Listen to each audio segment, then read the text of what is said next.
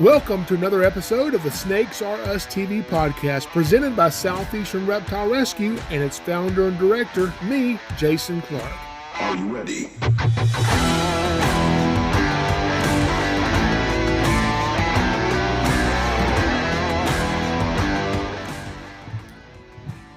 Well, we are here. This is episode number 4 of the Snakes Are Us TV podcast. We made it to 4. Will we make it to 5? We shall see. Tonight, we were going to be talking about film, snakes and film, and some things that we've done. And if my question for you guys is, though, is there a movie, TV show, commercial, something you've seen with snakes in it that is just absolutely ridiculous and you just can't even watch it because it's so stupid? For me, that's a lot of things because, you know, maybe it's kind of like if you're a doctor or nurse in the medical professional and you're watching the TV show ER or House or something, you know, kind of drives you crazy. Same thing with snakes and TV shows and movies. If you're listening to this podcast, you know, on Apple Music or Spotify or something, and not watching it on YouTube, that's fine. And I try not to have, at least I haven't had any animals on the podcast to show you because I try to make this where even if you're not watching it, you're listening to it, you get the same thing out of it. So I don't plan on having animals on here unless I get something in that's just completely adorable. And I just have to show you, even if it doesn't go with anything I'm talking about. So I may at some point bring an animal on the podcast, like right now. So today, I got something in today and just got this. I mean, I haven't even put it in an enclosure yet. So I have to show it to you. This little thing right here. Just got in this little box here. And it's a mean little sucker. It will bite. It's already tried to bite me. If it was big enough, it would definitely try to kill me. But it is so stinking cute. And I just had to bring this in to show it to you. So this is this is a little dwarf caiman. I know. Ow, okay, he just bit my thumb because I was looking at the camera, not paying attention. But he barely bit it. So let's not do that again, little fella. So this is a spectacle, not a spectacle. This is not a spectacle caiman. I used to have a spectacle caiman for many, many years. And she actually passed away a few years ago. So I have spectacle caiman on my brain, but this is not. This is the dwarf caiman. And even dwarf, you know, this thing will still get 4 or 5, maybe even 6 feet long. You know, you've got crocodiles, you've got alligators. This is a caiman. And their temperament is nothing like alligators. So alligators are my favorite. I don't really use caimans a lot in our programs for a few reasons. One, this animal here is classified in Georgia, where I live, as inherently dangerous. So you have to have a special license to possess this little caiman. And part of the regulation on these animals is I can't let kids pet this. I mean, he's already tried to bite me. But, you know, with gators, they're not inherently dangerous. They're not listed that way. So we can tape a gator's mouth and let kids pet. Alligators do that better than caimans do. So these guys are kind of vicious and sometimes don't stay that way, but most of them do. But somebody had this illegally here in Georgia and was not supposed to have it. So we ended up, we have a license to have this. I'm not going to keep this. I don't want this. It is adorable. I know you're like, well, how could it? Listen, do you hear him? You hear that? Isn't it sweet? You know what he's saying? He's calling his mom to come kill me. That's what he's saying. Mama, come kill him. He's holding me. Okay, it sounds cute, but that's what he's saying. But this adorable little caiman, man, he's just so cute. He is so cute. I'm going to get him in the enclosure. We'll get him fed, and we'll eventually adopt him out of state, not into Georgia, somewhere else where someone has licenses to do education that can house this in a different state legally. So that's where this little fellow will eventually end up. But I just had to show you this little caiman. He is a mean little sucker, but he is so stinking cute. So stinking cute. So I'm going to get the live chat up here. If you've seen snakes, caimans, alligators, crocodiles in a TV show, anywhere like that you just think is absolutely ridiculous what you saw, let me know. I'm going to go over some some good story. You know, I was trying to think of what to talk about this week, and I thought about all the things that we filmed. And I worked on a lot of stuff, a lot of different projects, movies, TV shows, commercials, my own TV show. And so I've got a lot of good stories for many, many years of working on different film sets. I'm trying to get the live chat to come up here. So if you are watching this on YouTube, we do film this live on YouTube, 8 p.m. Eastern time on Thursdays. Please don't try to get me. Ow! They are so fast. Yeah, I'm going to have to hold you right here. I'm holding them real loose. Probably a little bit too loose because he's able to turn and get me, but I do not want to be bit on camera live in front of you guys. So we're going to put him up because, you know, if he bites, he doesn't just bite and let go. He'll bite and hang on, and I may have to just stop this podcast to get him off. So we're going to put him up. It's already been asked for me to tell one story specifically. Annette asked me on Facebook, please tell the story about the cobra. Now, and I had decided I was not going to tell this story because I've told this story on 2 other podcasts, not my podcast, but 2 other podcasts. I've told this story. And so I was like, you know what? I've already told it before, but somebody specifically requested I tell this story. So I'm going to tell this one story about the cobra. On a film set. And then I've got several more really good stories. Some of these I've never told before. And they're pretty interesting. And they may involve, I'm trying to decide if I should tell you the name of some of the actors, especially one of them, because it's not really a flattering story, but I may just go ahead and tell you. Anyway, we'll get to that in a minute. But let me tell you the story of the cobra. So this is for Annette. So Annette asked me to tell this. We're filming a movie one time, and it had some actors in it. It had Jeffrey Dean Morgan. If you know, he played Negan on The Walking Dead. He was in this movie. Jeffrey Dean Morgan, an actress, Abby Cornish, was in it. And my favorite, Sir Anthony Hopkins. Okay. So I was on set, and I had just finished doing an educational program. It came and left stuff all over my hands. I just finished doing an educational program, and so I just stopped by set for a few minutes, and somebody says, hey, why don't you bring the little gator out to show people on set? And you understand why they want me to bring the gator out, because you just saw the baby caiman. How cute is that, okay? I got a little baby alligator, so I'm like, okay, I'll go get the baby gator. We'll bring him out on set so everybody can see there's a baby gator, right? So I bring the gator out, and You know, people are coming up, petting the gator, asking questions. We're talking about the gator just to people who are on this film set working this movie. And then somebody gets on the radio, and says, there's an alligator on the front lawn. Well, they're filming inside this house. We're in the front yard with the crew with this gator. Anthony Hopkins hears this, stops filming, comes out of the house and says, where's the gator? So he comes over, super nice guy, probably the friendliest actor probably I've ever met on any set. And he comes over, and he's asking, why do you have an alligator? Fair question. And so I'm explaining to him, who I am, what I do, why I have a gator. And I just did an educational program with a bunch of reptiles. He said, you got more reptiles? I said, yeah, there's more in my truck. He said, what do you have? So I started naming, different animals I've got in my truck. And I mentioned I had a cobra. And he said, you have a cobra in your truck right now? I said, yes, sir. He said, can I see it?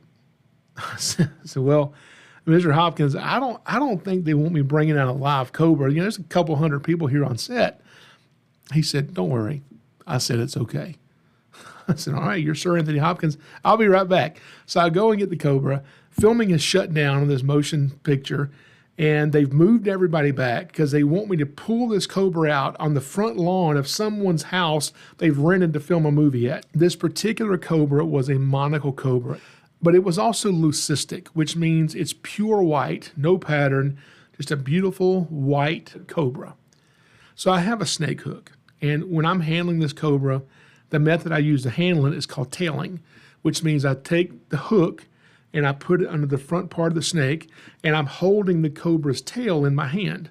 So the cobra's head is, 3 or 4, 5 feet away from me because I've got him out on a hook. I've got the tail over here. So Anthony Hopkins is closer to me. Everybody else is way back, but he's standing right here with me. And he's got his hands in his pockets, and he's just leaning back and just looking at this snake and admiring it. And there's actually photos of this on my Facebook page. If you go to Southeastern Reptile Rescue, you can find them on there. And he's just admiring this cobra. And he's asking questions about it, and he's so interested. And he says, can I touch it? I said, well, I guess so. Come around behind me. You stand over here, over my shoulder behind me. And I've got the tail in my hand at my left side, right? I said, you stand behind me and you can reach and you can touch the end of his tail, which is hanging out the side of my hand there. Well, he stands there, but he doesn't touch his tail. He actually puts his hand in front of my hand under the cobra. And then he puts his other hand in front of that one. And then his other hand in front of that one. And I kind of pulled back. I said, Mr. Hopkins, you can't hold the cobra. And he leans in and whispers and says, just call me Tony. I said, Tony, you can't hold the cobra, okay? I'm not going to be made responsible or made famous for killing Sir Anthony Hopkins. So anyway, I said, it's time for the cobra to go away. So I locked him up. That was it. But he was great. I was told later that every day he'd come to set, he would ask if we were there on set with some animals that he wanted to see. So Sir Anthony Hopkins, class act, really great guy, and happens to love reptiles. So that was pretty cool. We've done a lot of filming, and speaking of people like Anthony Hopkins that we've met, because he is a big, big name, Silence of the Lambs, and if you're really young, you probably don't have a clue who Anthony Hopkins is, and you also probably won't have a clue who this next person is. But I was filming, I was on set of a movie, and see, sometimes when we go to film a movie, sometimes they want us to bring an animal and have it in the movie, and I'm going to tell you some about those. But sometimes they don't want that at all. Sometimes they want me on set because where they're filming is in the woods somewhere, and there's a lot of venomous snakes there, and their actors may have to lay down in the grass or in the bushes or in the leaves, and they want to make sure that their actor doesn't get bit by snakes. They need a person on there who knows about snakes and who's licensed to deal with the snakes and can find the snakes, remove them. They can film. Then when they're done filming, we put the snakes back. And so we do a lot of that as well. So we're on set filming a movie with Clint Eastwood. And I'm on set. There's hundreds of people on set. Clint Eastwood is not there. And we're getting ready. They're giving instructions of where we're going to film, what we're going to be doing. So I'm on set. Well, then they come and they clear the set. All non-essential personnel, you need to leave, get off set. And that's basically because Clint Eastwood is showing up and he doesn't want all these people standing around. So they move everybody off, except for me. I stay. And the DP, which is director of photography, the cameraman basically, and the director. So it's Clint Eastwood, me, and 2 other people. And they're over there talking to Clint Eastwood, and I'm not going to walk over to him and say, hey, Mr. Eastwood. You don't do that on set. You kind of just be professional. But the cameraman said, hey, Jason, come here. Let me introduce you to Clint. So I was like, okay. So I go over and I shake his hand, and I noticed we happened that day to be wearing the same shoes. I said, I like your shoes there. He looks down and says, oh, yeah. He said, well, let me ask you, Jason, what snakes do we have to worry about out here filming? And I said, here where we're at mainly is the copperhead. He said, oh, okay. He said, well, what happens if I bite one of them? I said, nothing happens to the snake. You probably wouldn't be fine. But anyway, so we joked a little bit, and it was time to go about work. So he goes over. He wasn't in this movie. He was going to be directing this movie. And I worked on 2 different movies with Clint Eastwood. One of them was The Mule. And this one I'm talking about was the 1517 to Paris. And so he's over here. He's sitting in his director's chair. He's directing the movie. And, a couple hours goes by. And at one point I walk past him, and he says something to me and asks me a question. So I stop, and we just start talking. We're talking about snakes. And he says, oh, hang on a minute. We got to go again. Then he's like, okay, action. They start filming again. So I'm just kind of standing with him. And then they stop filming. We have a little bit of a break. So we start talking for a while. Well, there were some kids in the movie. And all of a sudden, when they have a break, the kid actors in the movie start running over toward us because they're so excited. So they run over toward us, and they're like, "Oh my gosh, we just want to meet him, And they run up, and I step out of the way so they could talk to him, but they surround me. They're like, "No, you're the snake guy. We want to meet the snake." And I was embarrassed because I'm like, "This is Clint Eastwood." He was dying laughing. He's like, "Yeah, those kids have no idea who I am. You're the snake guy," which was really funny. But then we're done. I said, "Well, I definitely know who you are. I'd like to get a photo with you." So he said, "Okay, but if you do it quick." I said, "Yes." Yeah. So I had my camera. We got a selfie real quick. And he said, "Here's why I said do it quick." He took my cell phone from me, and he said, "I'll be out somewhere, and somebody will want a picture." And I'll say, "Yeah, I'll get a picture." And this little old lady will get, "Okay, well, here's my phone. How do I work?" So this is what Clint Eastwood is saying to me. It's just really funny. He's making fun of people who can't figure out their phone, how to get their camera up, and he has to sit here and wait on them to figure out their phone. So anyway, we talked for a while, and it was so cool because I'm standing with a legend, Clint Eastwood, and I got to hang out with him for over an hour as he told me stories of his whole life of him filming with snakes all over the world. And at one point, he asked me a question. He said, "Well, let me ask you, have you seen the movie I did many years ago called Two Mules for Sister Sarah?" And I'm like, "Oh my gosh, I've not seen this movie." I don't want to tell him, "Oh no, I haven't seen that movie." But if I tell him I've seen it, what if he asks me about something that's in it and I have no idea? So I'm like, just be honest.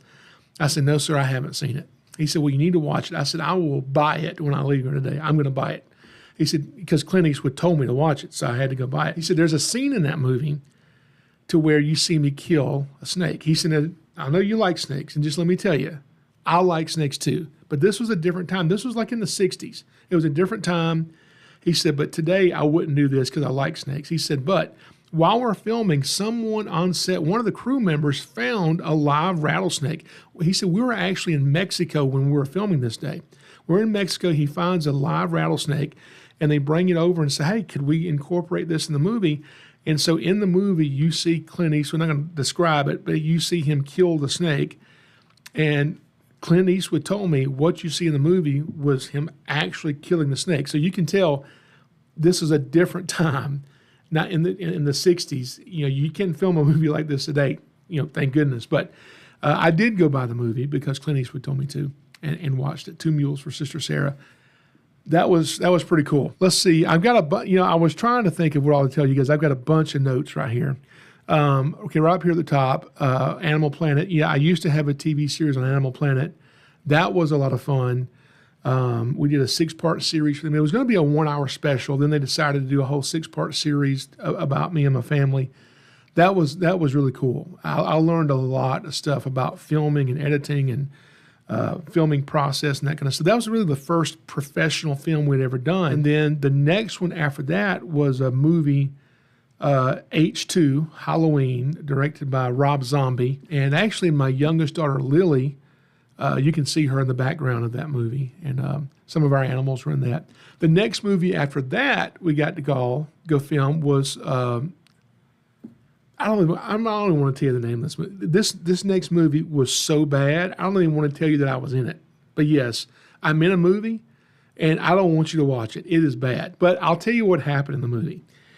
I show up on set with a snake that an actor is going to be holding in this movie, okay? So I meet with the actor, and I don't know who he was. I don't know who this actor was. I have no idea. And I'm going to show him how to handle it and how to deal with the snake so he'll be comfortable when his scene comes up. I open the box, and within 5 seconds, he's gone. He quit. Off the movie, quit. I'm like, okay. And the people are like, "Oh, well, that's not what we expected." And they're like, "Well, we need somebody to be in the movie that can hold the snake." And they looked at me and said, "You want to be in a movie?" I said, "I was born to be in a movie." Okay. So they sent me to wardrobe. Now that morning when I showed up on the set, I actually had hair. And they sit me in the chair in wardrobe, and without even asking, they shaved my head. But it looked so good, I kept it. And I'll never forget, sitting next to the chair next to me was Jason Sudeikis. He used to be on Saturday Night Live. I've been in a lot of movies since that, but Jason Sudeikis, he was in the chair next to me. So I got to go out and The scene that I'm in, I'm standing on the street corner in downtown Atlanta with a giant albino Burmese python that probably weighed, if it didn't weigh 100 pounds, it was very close to it. It was a really very large Burmese python. And I'm standing on the street corner, like in the entrance to a nightclub as people are lined up coming in the nightclub. Well, then later it switched to the scene of inside the nightclub, people are dancing, and you see me dancing. My head is shaved. They've given me a fake nose ring to wear, okay?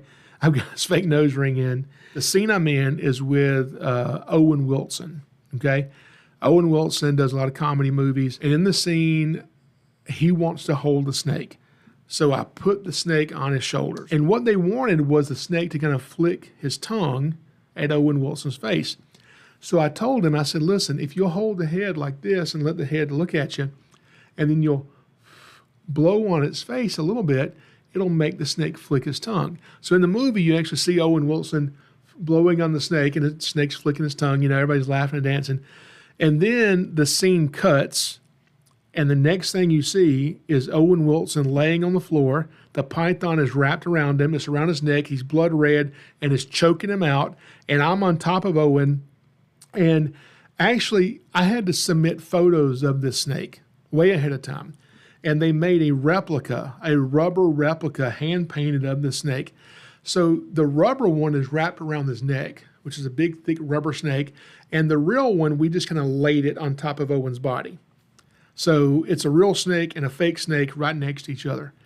And they said, okay, when we yell action, you're going to be kneeled down right behind Owen Wilson, and you take your fist and you start punching the rubber snake, okay? Like you're trying to just punch it like 3 times, then try to pull the snake off of his neck. I said, okay. Mind you, I'm not an actor, okay? So when they yelled action, I did exactly what they asked me to do. I punched the snake 3 times. And then they quickly yell cut, and Owen looks at me and goes, you can fake the punches. I said, they didn't tell me that. They told me to punch a snake. I wanted it to be realistic. So they found out I'm not an actor. But that was the scene. The scene that was in there was actually pretty funny. The best part of the movie, the rest of the movie, it is not worth watching. I'm not going to tell you the name of the movie. If you know, that's fine. I'm not going to tell you what it is because it was not a good movie. So, okay, here's another one that we did. So this was, I want to say this was a movie, and I think it was called Sand Mountain or something about Sand Mountain.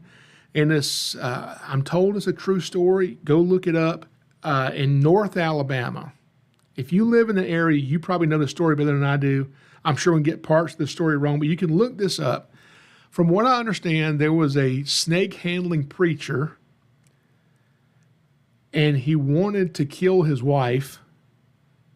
And so he took his wife's arm and forced her hand into the enclosure of one of his rattlesnakes he uses in his church service. And the rattlesnake bites her. So then he leaves her for dead, gets in his car, drives around drinking for a couple hours, comes back hoping to find her dead.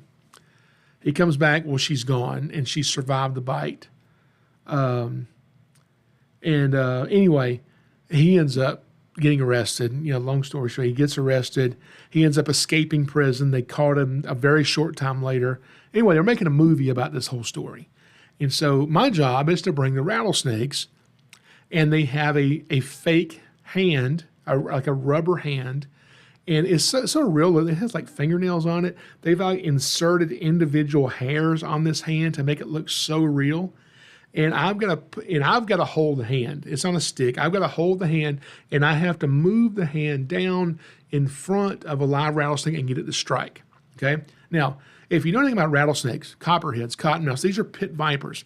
They've got holes in the front of their face on each side that detects temperature. So it helps them aim when they're trying to strike. It helps them detect prey, even if it's too dark for them to see. I know that this fake hand is the temperature of the air outside. The snake can see it with its eyes, but with the pits, it's basically invisible to it. It's not going to strike at this hand. So my idea was to use a heat gun to warm it up. But this hand, what it's made out of, can very easily melt. So we had to be very careful not to warm it up too much and just have a melted hand reaching in there, but warm it up enough so it has a heat signature. So when I move it in front of the rattlesnake, he'll strike at it. So they have a camera set up in this snake cage, and I have brought 8 rattlesnakes. Now, you're thinking, why would you bring 8 rattlesnakes? Because all the snake has to do is strike at it, right? Yeah, but people think snakes are sitting around hoping and praying to get a chance to bite somebody. And that's not the case. Snakes are not sitting around hoping to get to bite anything except for their food. And then if they're made to defend themselves, they will. So I've got, and the snakes they specifically wanted were eastern diamondback rattlesnakes. So I've got 8 eastern diamondback rattlesnakes. Thank God. Okay. And I'm on the set. I think I was on set that day for around 18 hours. 18-hour day I'm on set for this. So when it finally comes my turn, I get the hand, we got it heated up, I put it down in front of the snake, it'll rattle, will not strike. We film it over and over and over again. Then we film it some more, and we film it some more. We film it again and again, and it will not strike. So finally, okay, let's change snakes. We've got 7 more. The second snake will not strike. We film it over and over and over again. Change snakes again. The third snake won't strike. The fourth snake will not strike at this rubber hand that's heated up. It'll rattle at it. It'll get in a strike position. It'll back away from it, but it will not bite this stupid hand. 6th snake, 7th snake will not bite at all. It will not strike, not even a fake strike. The 8th snake finally bit. And then you can see in the camera shot, venom just running down the hand. So they got the shot they wanted. But thank God I brought 8 rattlesnakes with me because the first 7, we could not get them to bite. You know, and if you don't know a lot about snakes, that may really surprise you because you're thinking, wow, I thought snakes just wanted to bite at everything. And that's not the case at all. So this was a TV show we had to film. And this TV show was simply entitled Atlanta. And what was it about? I have no idea. Most of the things I film, I never watch. I've done 30, 40, 50 movies. I have no idea. Most of them I've never seen, no clue. But this was called Atlanta, and I want to say it was something maybe about a drug dealer in Atlanta, and he had an alligator guarding his drugs. And the actor playing this was the comedian Cat Williams. And they called him in the TV show, they called him Gator Man. So my job was to bring an alligator and put the alligator in the house and have him walk out the front door. Well, the alligator I brought was, I've got a few alligators, but my favorite alligator I've had for, 18 years, maybe longer. His name is Seminole, and I don't know how long he is. My guess, he's around 9 foot long, 200 pounds, 300 pounds, I don't know. Anyway, so I get Seminole here and I secure him. I transport him to Atlanta, and I've got some volunteers with me. Keith, one of my wonderful volunteers, Keith, and his two sons, Cody, and they were there helping me out. And so we go in and we carry the gator in, and the gator is wiggling around. And the film crew has got these little, you ever seen those little dog kennel fences? It's like a little tiny fence you put together and you can block off a certain part of your house. They've set that up across the front yard in case the gator gets loose. I'm like, what is that going to do? And then they come on the radio and say, okay, nobody eating food. If you're eating food, you have to go way off set. We can't have any food on the set. I'm like, what do you think he's going to grab your hamburger out of your hand? Because he doesn't care about your eating food. He'll eat you, okay? He don't care about your food. But people had no clue. And because the gator were carrying me and because he's wiggling like crazy, they're just like, why do they bring a wild alligator here? I'm like, he's not a wild alligator. He's actually been in captivity for many years. I've dealt with wild gators. He's much easier to handle than a wild 9-foot alligator. But they're just assuming he's just going to be calm and just takes cue and does what I tell him to do, and that's not how gators do. So we carried the alligator inside the house. And I remember there was like a cabinet right here next to the front door that had some glass sliding doors.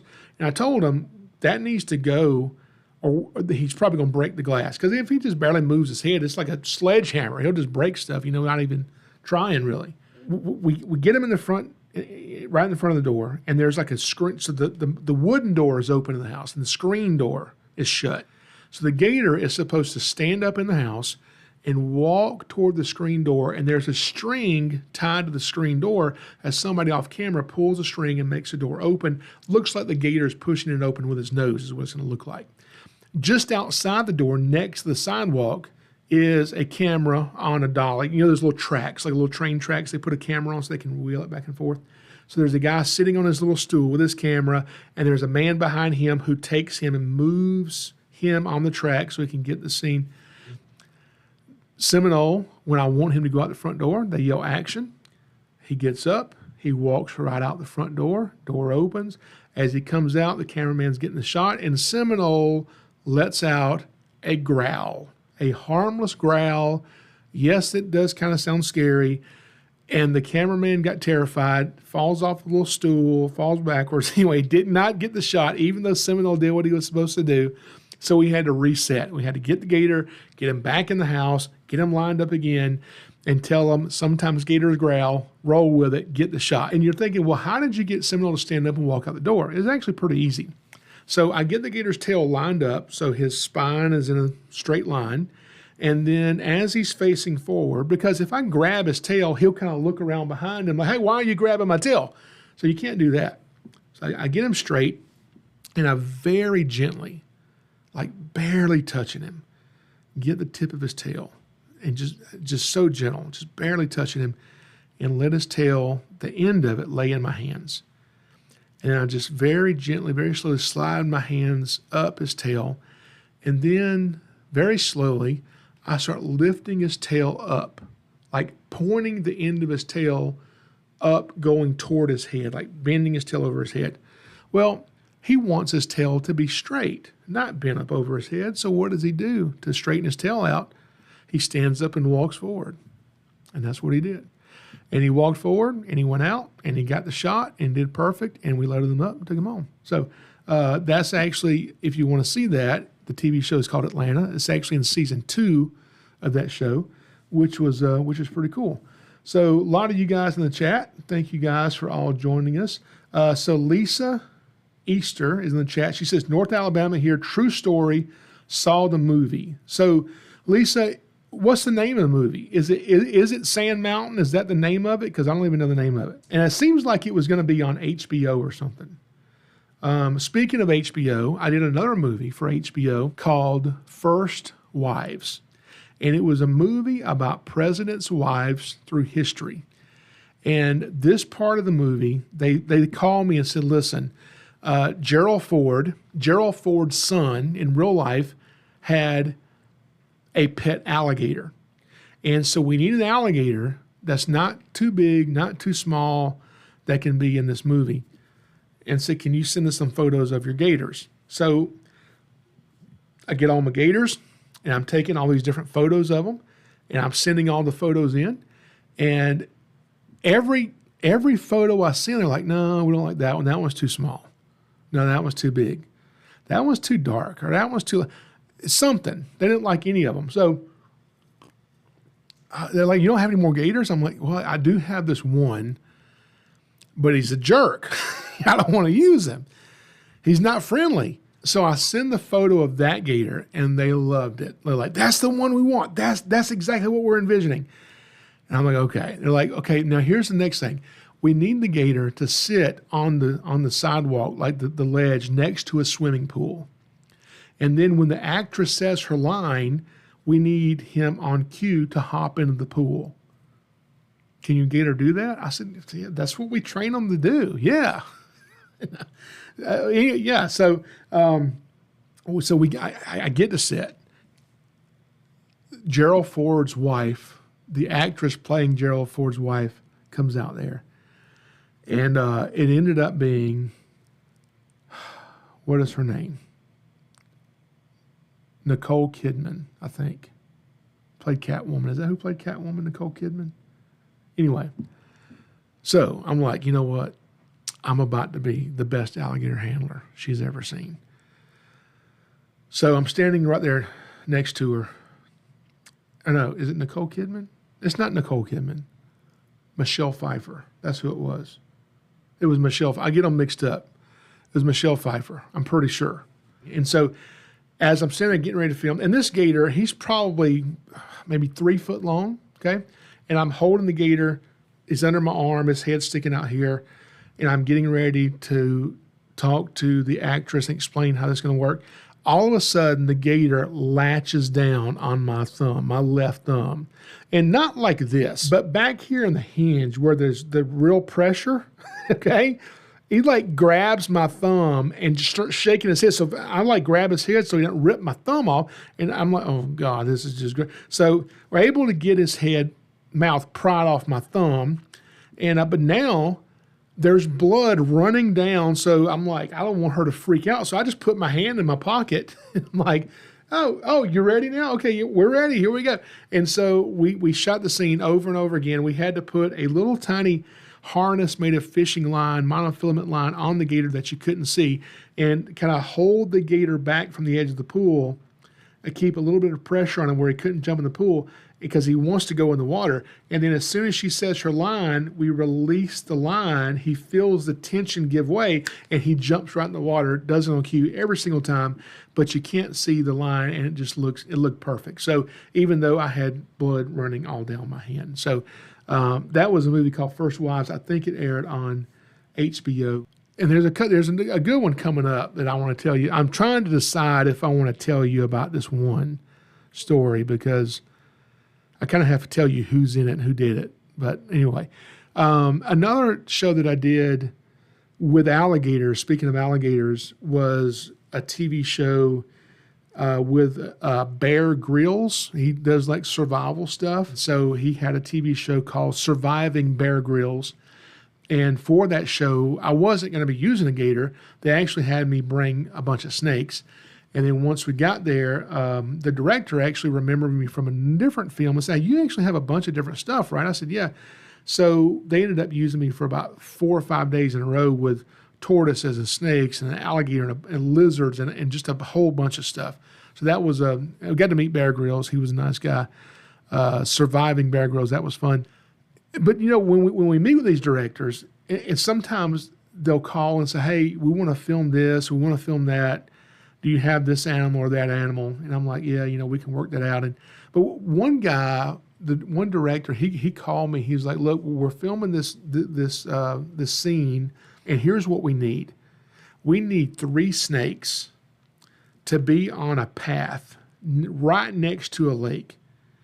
And our actor is going to walk down the path, and we need these 3 snakes to stay on the path, not go down in the water, stay on the path and follow our actor down the path." I said, yeah, that's called CGI, okay, computer-generated image. We can't do that. The snakes will just take off and go in the pond, okay? Can't train these snakes. So sometimes we can't do what they want us to do. Another one that we did, now, people ask me all the time, have you seen the movie Snakes on a Plane? And unfortunately, yes, I've seen the movie, okay? And I just about can't get through the stupid movie. It is so ridiculous that I cannot watch that movie. The same thing with the movie Anaconda. I actually like the movie Anaconda, but it's so over the top and not reality that I don't know. It's just crazy. And then what is the movie? Is it called Sniper? I don't know. There's a few movies where they're overseas, in the Middle East, and one of them encounters a snake. The snake he encounters in the Middle East is an eastern diamondback rattlesnake that lives in Georgia. And I'm watching that, and as soon as I got to that scene, it ruined I couldn't even watch the rest of the movie. I said, this has completely ruined this movie. They should have called me. I had snakes at the time that lived in the Middle East we could have used in the scene. Anyway, some of that stuff just drives me crazy. But speaking of snakes that are in movie scenes that should not be in that particular area, we were filming a TV series. I think it was called The Outsider or The Outsiders or something. And it was a Stephen King thing. And I think it was for HBO, I think. But I had to go meet with some of the filmmakers on set before we filmed any of it, just so we can kind of talk about things to see if their idea was going to work. So we're in the woods. There's a big granite rock outcrop. These big granite boulders are all around. And They said, basically, we're going to have a man laying on his belly here with a rifle. He's going to be shooting that way through the woods. And we need an eastern diamondback rattlesnake to be down here at the bottom of this big boulder and climb up this rock and go right toward his leg. Can you do that? I said, yeah, that's no problem.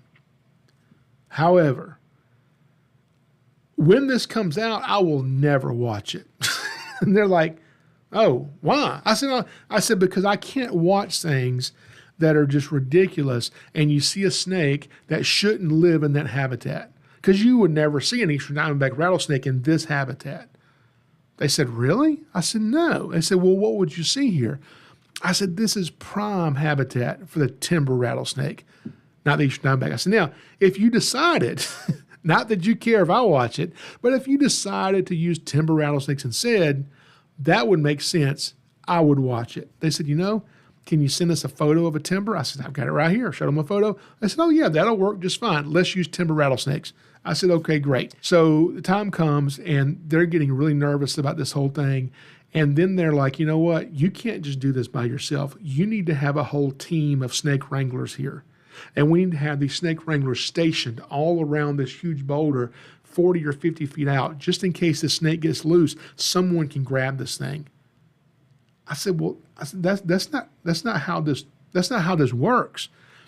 We don't need that. Yeah, I can handle this rattlesnake just fine. But I'm like, if you're paying, we'll bring out some snake wranglers. So we did that.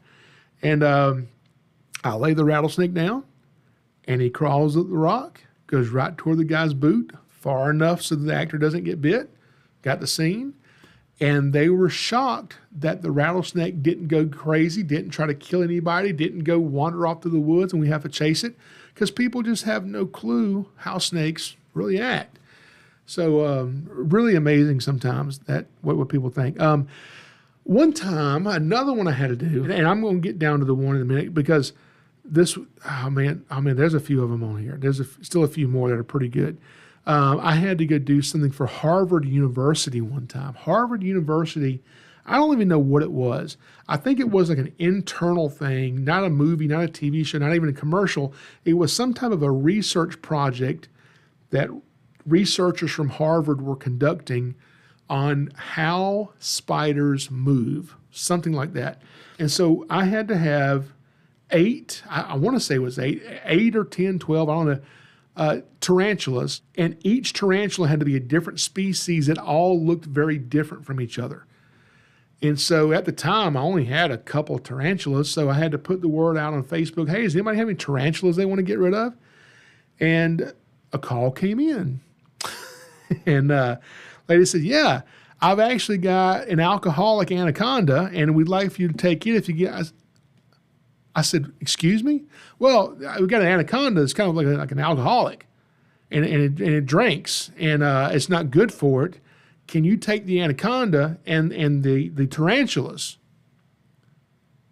I said, I just want to come to your house to see what you're talking about. So I go to the house, and there's an anaconda in an aquarium in this apartment, and her roommate keeps giving it beer to drink in his water bowl. She's like, this is not good. Can you just take it? They don't need to be drinking beer. I said, yeah, well, it doesn't need to be. We don't need any drunk anacondas. I'll take it. So I get the anaconda. Then she brings out a cardboard box and sits it down. And in this cardboard box are several small containers, each containing tarantulas that she's giving me. So I leave and take the alcoholic anaconda and the tarantulas. And later when I'm unboxing them to kind of see, are any of these I can use? They all have to be different species that look different. Well, one of them I noticed, it was a death stalker scorpion. And the question was asked to me, a death stalker, is it dangerous? It's called a death stalker. What do you think? Now, when you look up death stalker, I want to say some of the things on the internet, because the internet knows what it's talking about at all times, will say it's one of the most venomous species on the planet. Drop for drop, the venom at some places will tell you, I don't know if this is true, but it's worse than like almost any snake or any snake. But fortunately, it has such a small amount of venom, it's not really going to kill you. But, those things are legal to have in Georgia, the deathstalker scorpion. And they're very small scorpions. They don't get very big. They're pretty small, but their venom is extremely potent. But fortunately, like I said, they're so small, such a tiny amount of venom. Could it kill you? I wasn't going to test it out. I don't think they can kill you. Maybe they can. But we at one time did have a deathstalker scorpion that came in with the alcoholic anaconda. Anyway, so we had all these tarantulas to use, back to the story, my little tangent, to use for Harvard University. And what the spiders had to do is they had to walk down a straight line directly toward the camera for a certain number of seconds without stopping in a straight line. And I had to be off camera and make them walk. Okay. And so the way I did this is I bought some clear tubing and I taped it onto a dowel rod about 3 foot long so it would be stiff. And I could be off camera and I could put the tubing to my mouth and I could blow air on the back of the tarantula, which irritates him and makes him want to walk forward. So we got the scene with several different tarantulas over and over and over. They had scheduled a 12-hour day. I think we were done in an hour and a half. So we got it really, really quick. They were very happy about it. Speaking of tarantulas, we had another TV show that needed some tarantulas. And they said, we're doing a season 2 of a TV show. I had already worked on season 1 of this show, and I think it's still on TV if you want to go see it. If you have Netflix, name of this show is called Prank Encounters. On season 1, we use snakes. And you'll see the snakes in season 1. And I don't remember which episode it was, but one of the episodes, I'm hiding behind a false wall, laying on my side on the floor, and I have to put some snakes into the back of a cabinet. So when they open the cabinet, they find snakes. Anyway, so you can see that on there. But season 2, we had to have tarantulas. And not just one, but I don't even know. I think we had maybe 20 tarantulas or maybe more than 20 that we're using for this. So the scene was a pest control guy, through a series of unfortunate events, ends up in bed, covered up with a blanket. When he's uncovered, there's tarantulas all over his body. That was the scene. And the guy they're playing the prank on, because it's a prank show, he leaves the house, runs down the driveway, down the road. They had to send a car to go pick him up because he was absolutely terrified. While they're doing this, I can't find all the tarantulas. When you go and watch that on Netflix, if you look really closely and slow it down, in the back, you'll see the back of my bald head searching the curtains for the missing tarantulas, okay? I did find them all eventually. But, when you're working with arachnids, spiders, insects, that's not my favorite thing and we've had to do that a lot. We've had to have, TV shows have asked us to have a caterpillar and make it turn into a butterfly. So we've had to have butterflies and caterpillars and do all that kind of stuff on set. We've done some of that stuff for different TV series and stuff. But this one TV series asked me one time, we need some roaches. Like, not hissing cockroaches. I mean roaches. Like roaches you'd find in a house, like roaches. Can you do that? I was like, yeah, we can do that. So I called some friends of mine who run a laboratory. They do testing on insects and stuff. And I said, listen, I'm doing a TV show. I need some roaches. Like, what kind of roaches? I'm like, regular house roach. Like, what species? I'm like, I don't know, just whatever you'd see in a house, okay, just a roach. And I said, look, I don't want to touch them. I said, so here's my thing. I want you to get like a cup, okay, and then put roaches in the cup and then some screen over the cup with a rubber band around it. And then what I'm going to do, because they want these things, they want it's going to be on a wall. So there's some wallpaper, lift up the wallpaper. There's a safe there. And I'm going to just throw the roaches from the cup onto the wall and then lay the wallpaper down. Then when the actor raises the wallpaper up, he'll see all the roaches there, okay? And I said, why don't you make me put a dozen roaches in each cup and then maybe give me, 6 or 8 cups of roaches. That way I'll have several takes. I can just keep dumping roaches on the wall till they get the take, and I never have to touch a roach. They're like, oh, that's wonderful. So they do that. I go pick up the roaches.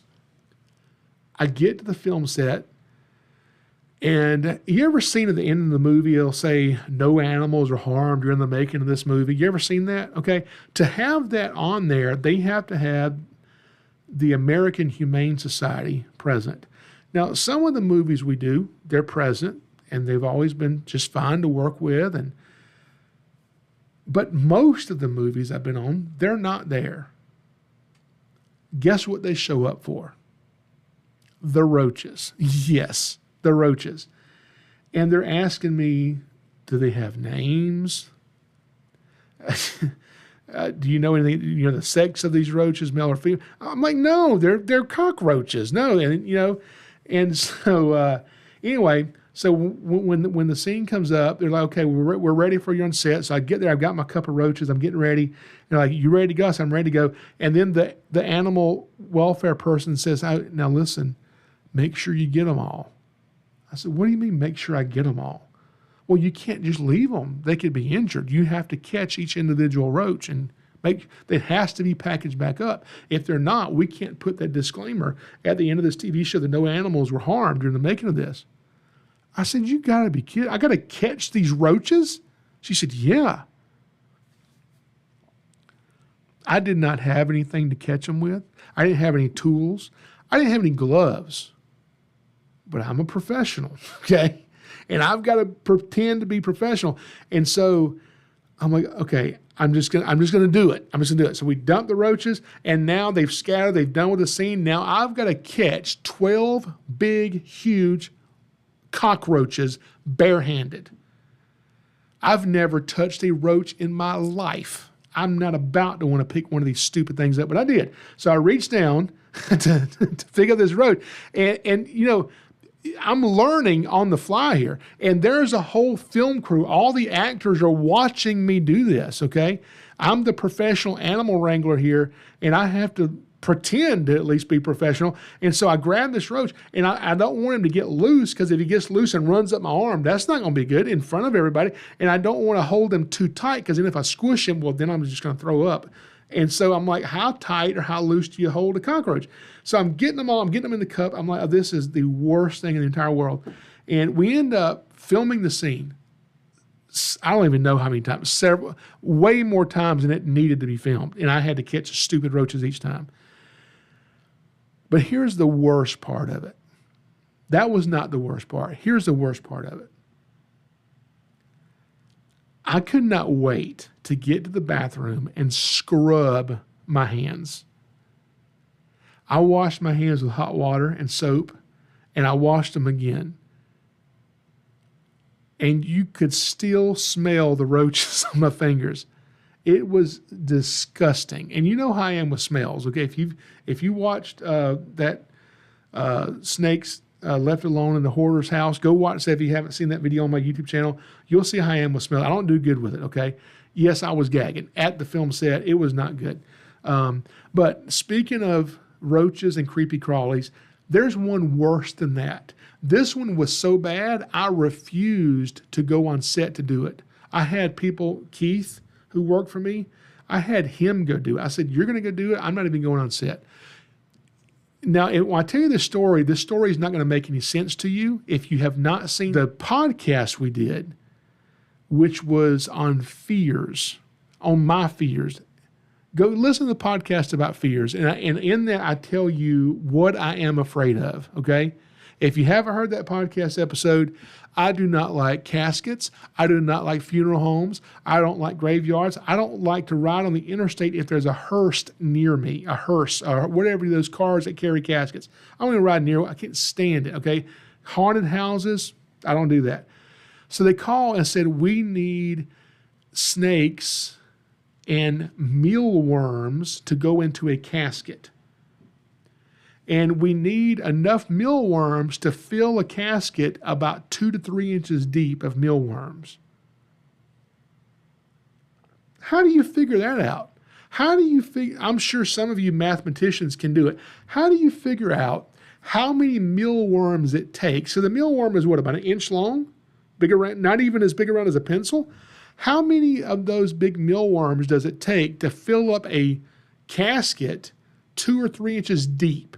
How long is the casket? I don't know. I'm not going to go measure one. How wide is it? I have no clue. I don't want to know anything about a casket, okay? I'm not about to go work with a casket or do anything near a casket. And so I'm like, I don't know. How many mealworms should I get for this? Because I have to order them. And then they said, oh, by the way, we're filming in 3 days. You've got 3 days to come up with how many mealworms you have to have. And then you have to have all those mealworms here ready to film. And then we need all these snakes to be in the casket with the mealworms. And so I'm like, you know what? Here's what we're going to do. 1,000 mealworms? Is that enough? I don't know. 10,000 mealworms? Is 10,000, if I get 10,000 mealworms, is that enough mealworms to fill a casket 2 or 3 inches deep? I don't know. 50,000, I don't know. So I order 100,000 mealworms. It was a lot of money. 100,000 mealworms overnighted to me. And then I'm like, they're like, can you send us photos of snakes? I'm like, here's what I'm going to do. I'm going to pick out snakes that I have up for adoption, okay? And these snakes, I told Keith, I said, Keith, when you take these snakes, these mealworms are not to come back here. The snakes are not to come back here. You adopt the snakes out, they have to go somewhere. They're not coming back here because they've been crawling around in the casket. One of the snakes they couldn't find when they were done filming and had to go back. It had gotten in the lining of the casket. You think I'm going to ever hold that snake? Heck no. So they did the filming for me. All I did was make the call and set it up. I never even watched the episode. I never even watched it. I was like, I don't even want to know what it is. What TV show was that? I don't even, it was a spinoff of, it was either the TV show, remember Vampire Diaries? It wasn't that one. Vampire Diaries had a spinoff of it called The Originals, which I worked on the Vampire Diaries and The Originals. The Originals had a spinoff of that called Legacies, which I worked on that one too. It was one of those three. I don't know. I think it was one of those 3 TV shows. But I was like, I'm not doing this. So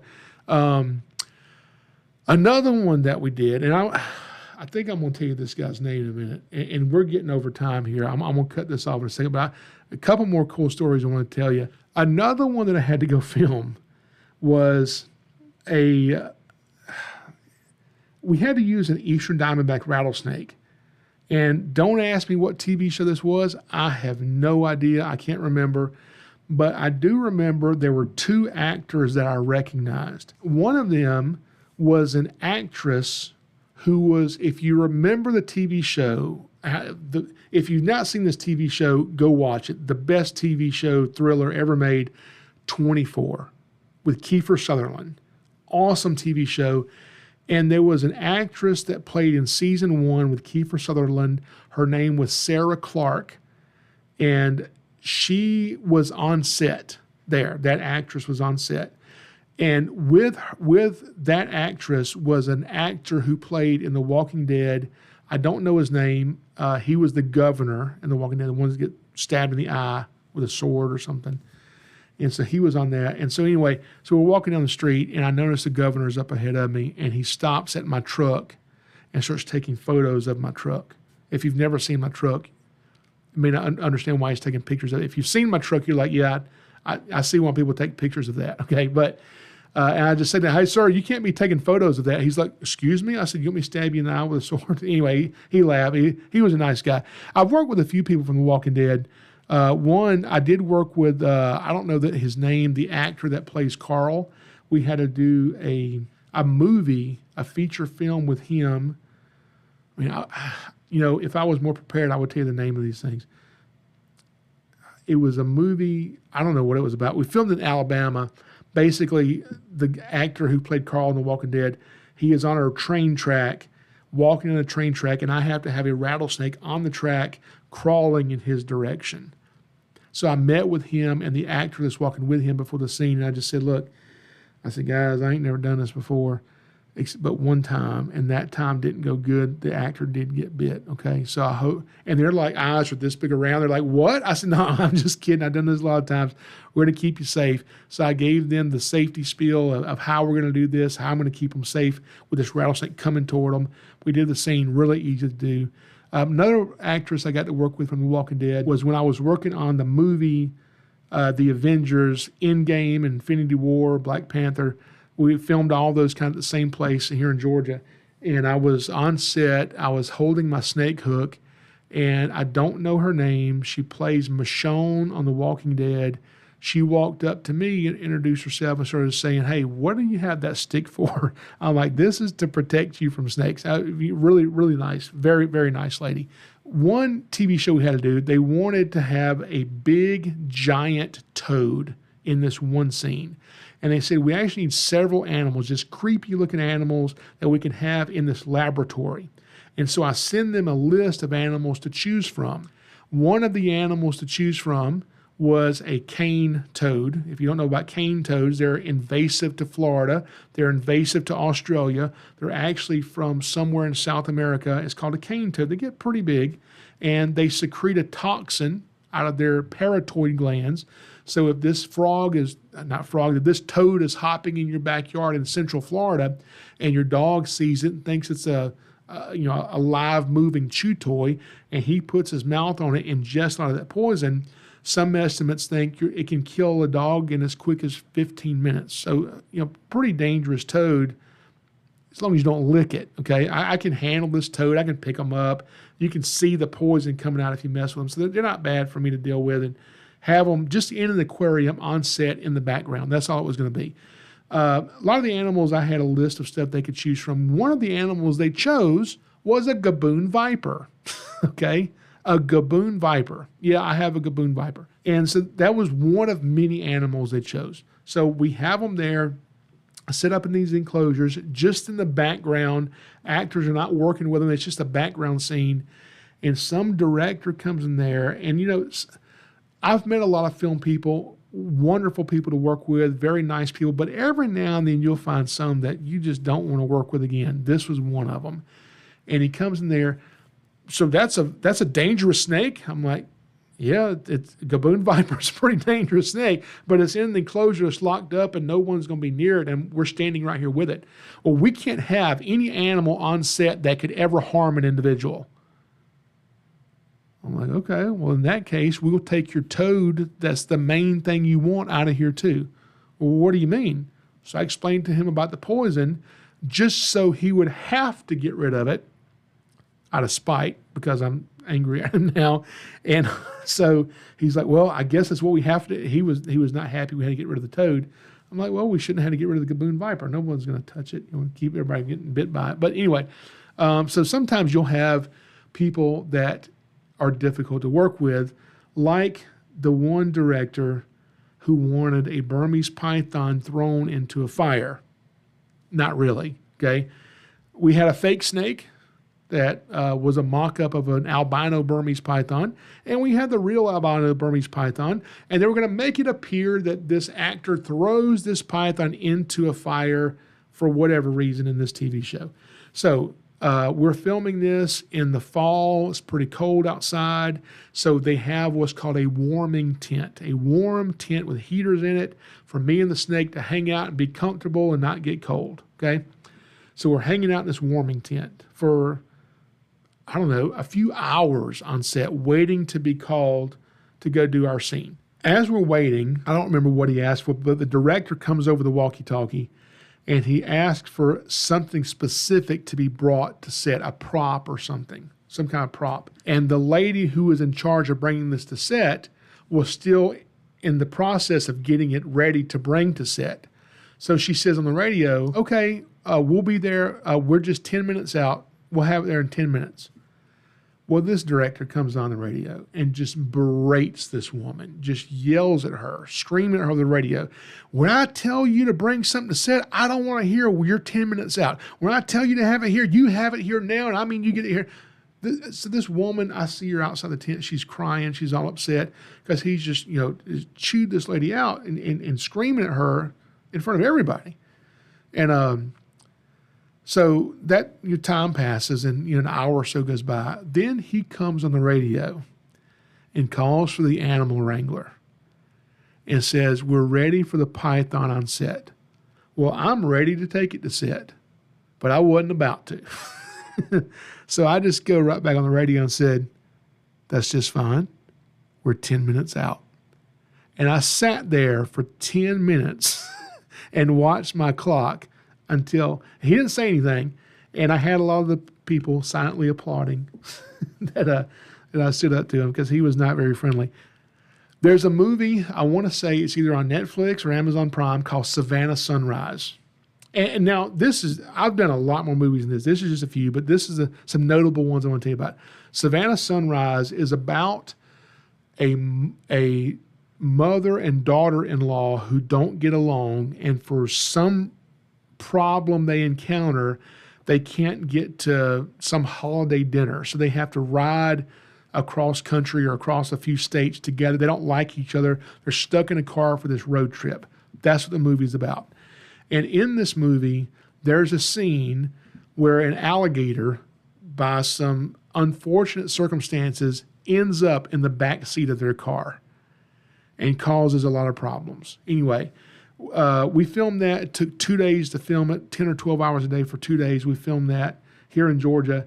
And the whole scene lasts maybe 2 minutes, maybe a little over 2 minutes. It's actually a pretty funny scene. So if you want to go see that Savannah Sunrise, it's either on Amazon Prime or Netflix, one of the two. And sometimes we'll have places call us and ask us to film certain stuff because, here in Georgia, there's a lot of licenses we have to have. Just like the caiman I showed you at the beginning of this podcast, a lot of these animals require licensing to have them.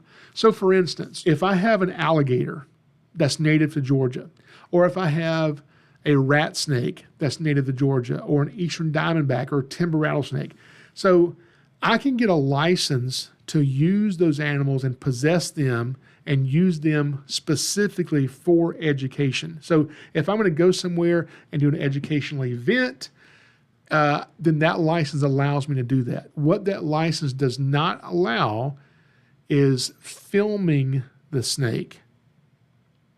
So several years ago, Georgia didn't want us to not be able to film with Georgia wildlife, so they created a new license to allow for that called a Georgia Film License.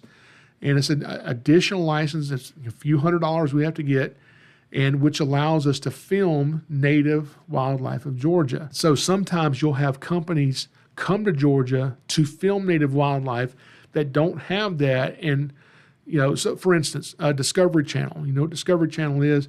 There's been several instances where Discovery Channel, National Geographic has come here to film several different things. And so I will go with them and I'll bring my animals and I'll film with my animals under my Georgia film license. And so we've done that a few times. And sometimes it's always funny because the show they may be filming is a reality show and the person's surviving in the wilderness somewhere, but I've got to lay a cottonmouth down right here or some other venomous snake for them to find, and then I have to prep them on all kinds of background information and what they can say about the snake when they find it. So I've done that with every single venomous snake species native to Georgia. We've done it with coral snakes, copperheads, cottonmouths, all your rattlesnake species of Georgia for different TV shows. So that's always a lot of fun. So the film industry here in Georgia has definitely slowed down over the last couple of years. They've had a lot of strikes and different things going on, and some of the incentives I think have been taken away, or I don't know exactly what's happened. But the film industry is interesting. Out of all the things I do, it is the one thing that is my least favorite to do. If I never do another movie, another TV show, I am completely okay with that. I'll do them some depending on what it is, but there's other things that I do with our organization that I think puts reptiles in a better light and is a lot more enjoyable for me to do. So that is not my favorite thing. I hope you guys have enjoyed this podcast. I do have some pretty cool videos that are almost finished editing, and I cannot wait for you to see. I'm hoping to have those in the next couple of days on our YouTube channel, SnakesAreUsTV. If you want to come see my live show, go to SnakesAreUs.com, click on the calendar, go check it out, come see me live somewhere. Thank you guys so much for joining me. And remember, Jesus loves you, and I do too. We'll see you guys next time. Thank you very much for joining me, and I really hope you enjoyed this episode. If you did, please consider leaving a 5-star review. That helps me so much in pushing this podcast out to even more people. I record every Thursday, so check back next week for a new episode of the Snakes R Us TV podcast.